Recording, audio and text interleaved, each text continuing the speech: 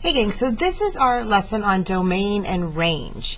So we're going to start this off. If you're taking notes in your journal, you want to write domain and range on there. My camera is giving me some issues, so we're going to try a different way of recording. This is where it records my screen, so you can actually see my mouse and everything on this. Alright, so we're going to start off and we're going to just kind of do a review here. Remember, we have our coordinate plane, and we label our axis the x-axis and the y-axis. You remember we had quadrants 1, 2, 3, and 4. We started here with 1 and we counted counterclockwise. This was quadrant 2, this was quadrant 3, and this was quadrant 4. We also label things like the origin. Remember, the origin was where everything met up, and so I'm going to draw an arrow and label that the origin. And that's pretty much all we had. We also had ordered pairs. And remember, our ordered pairs were x, comma, y. You went side to side. X moves along the x-axis, and then our y was our vertical movement up and down. So let's do this. If I were to put a point right there, and let's say it's 1, 2, 3. So we're going to call that A. Let's go 1, 2, 3, 4. Put that one right there. We're going to label that B. 1, 2, 3.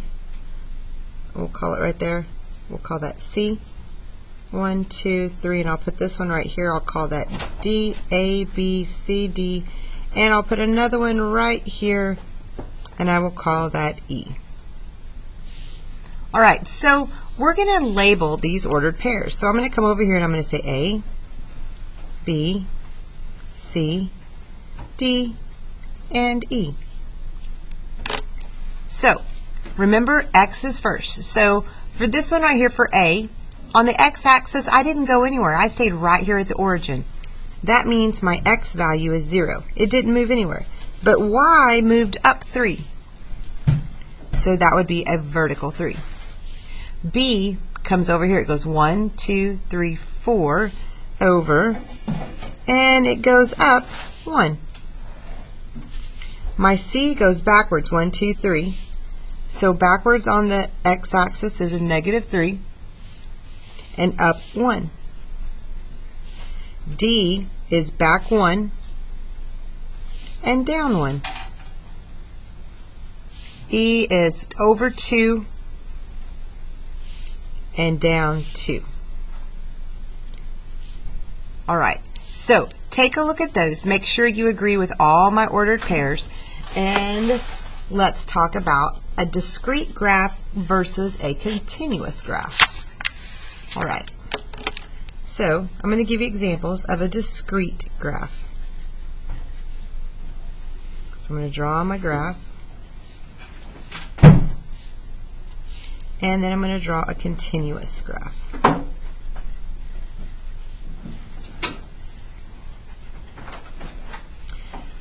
Okay, discrete. Keyword for discrete is going to be countable. A discrete graph would look like dots. It can go any way, but I can count the number of dots there. A continuous graph is going to be measurable.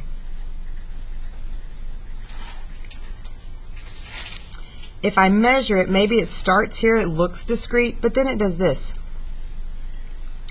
I can't count all the teeny tiny little dots that go in here to make up that line. I can't count all those, but I can measure how long it is.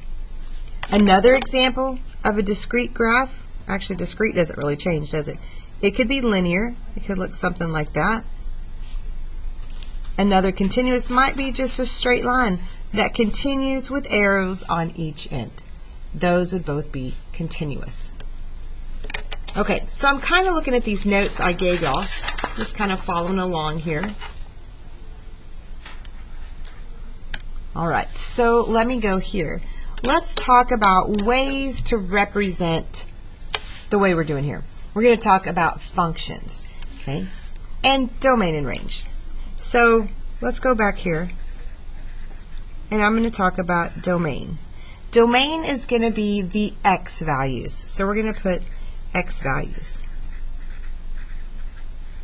And we're going to also call it the input values. The x values and the input. The range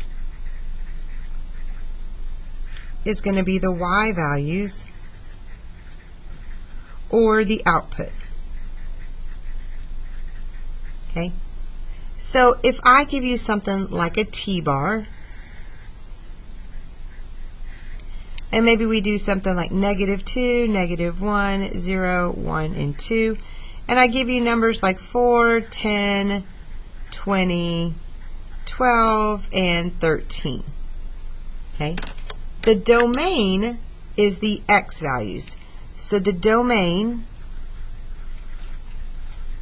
would be, on this situation, -2, -1, 0, 1, and 2. I would put it in what's called set notation, funny little brackets around it.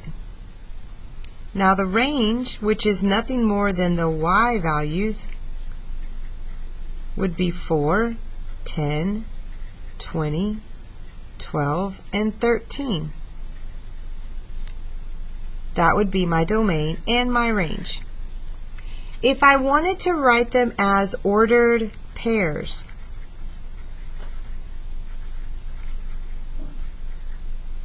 okay, the ordered pair would be -2, 4. That's an ordered pair. And then I would have -1, 10.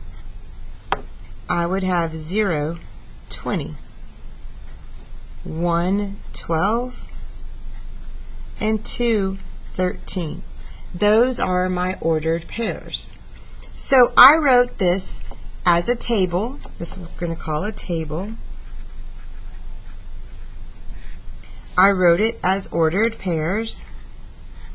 I wrote the domain and the range individually.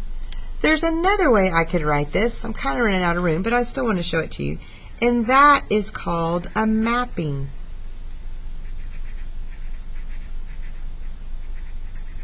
Mappings are certainly fun. I love doing mappings. All right, a mapping.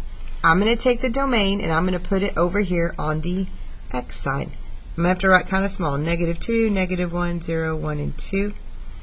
The output, the y right here on my mapping, well, that's 4, 10, 20, 12, and 13. And here's how a mapping works. I draw an arrow. -2 goes with 4. -1 goes with 10. 0 goes with 20. 1 goes with 12. And 2 goes with 13. Does it always go across nice and neat like that? No, not always. But at least we know how to do it. And we already know how to graph those, so I'm not going to worry about graphing. So I gave you a worksheet, and it had on there number 1, and it gave you these ordered pairs right here. -3, 1, -2, 0. Yeah, they're over on the table. 1, 2, 3, -4, and -3, 5. All right, so the domain. We'll do this first one because the rest of them are pretty easy. The domain and the range. All right, domain is the x value. So it's just this simple, y'all. -3, -2, 1, 3, and -3. Okay, the range. 1, 0, 2, -4, and 5. Now, something to think about when you do this. It is helpful whenever you put the domain and the range in to look, do any of the numbers repeat? Yeah, I only need to list it one time if it repeats. What about down here? Nope. The only thing I might consider is rewriting it in numerical order. So -4, 0, 1, 2, and 5. Just because we're math-minded, we like to have things in order. And this one is actually already in order, so I'm just going to rewrite that one without that scribble in it. -3, -2, 1, and 3. So there's my domain and range. Would I accept this answer? Yeah. But know that you don't have to repeat it if you don't want to. All right, if I were to write this as a table, I would draw it out. My x's are, and I'm going to put them in order like I have here, -3, -2, 1, and 3. Now here's the thing. When I do a table, I have to represent every single one of these. I'm going to need that -3 again. So I'm going to put it -3, 1, -2, 0, 1, 2, 3, -4, and -3, 5. So there's my table. Now let's do a mapping. So I'm going to have -3, -2, 1, 3. And I already have -3 in my mapping, so I don't have to put it again. Over here I'm going to have 1, 0, 2, -4, and 5. Now let's draw the mapping. I'm going to go back to my points. -3 goes with 1. -2 goes with 0. 1 goes with 2. 3 goes with -4. -3 also goes to 5. So I'm going to go back up here to -3, and I'm going to draw an arrow down to 5. So -3 does map to two different places. Now, if I wanted to graph it, and I do,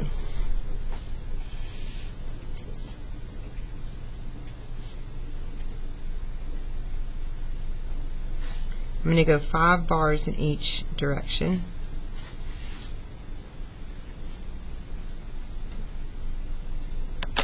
All right, -3, 1, 2, 3, up 1.